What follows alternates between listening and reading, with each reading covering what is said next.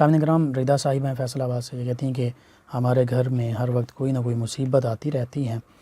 کوئی وظیفہ بتا دیں۔ اور دوسرے نے پوچھا کہ آپس میں محبت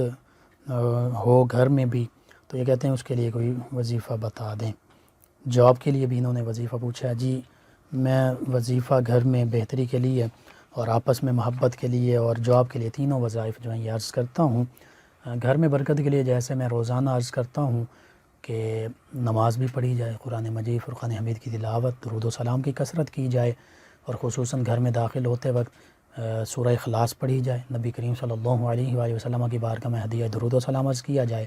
اور السلام علیکم ورحمۃ اللہ وبرکاتہ سب گھر والوں کو کہا جائے، اور سب یہ عمل کریں۔ یہ حدیث مبارکہ میں بتایا گیا عمل ہے، انشاءاللہ گھر میں خیر و برکت ہوگی۔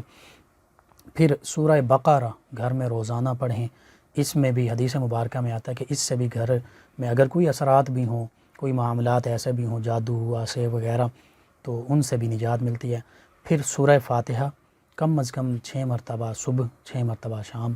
پھر اس کے ساتھ 3 مرتبہ آیت الکرسی اور آخری تینوں صورتیں ملا کر پڑھیں، انشاءاللہ اللہ سبحانہ وتعالی بہتری فرمائے گا۔ پانی پر دم کر کے بھی پی سکتے ہیں، تو یہ چند عمل کریں، انشاءاللہ گھر میں برکت ہوگی۔ محبت کے لیے یا ودود یا رؤوف یا رحیم 1001 مرتبہ پڑھ کر پانی پر کسی بھی کھانے والی چیز پر دم کر کے پی لیں، کھا لیں، انشاءاللہ اللہ تعالیٰ بہتری فرمائے گا، سب گھر والے کھائیں۔ اور جاب کے لیے وظیفہ میں نے عرض کیا تھا، دوبارہ عرض کر دیتا ہوں کہ یا مسبب الاسباب، عشاء کی نماز کے بعد اس کو کم از کم 500 مرتبہ روزانہ پڑھیے، ولاخر درود پاک بھی پڑھیے،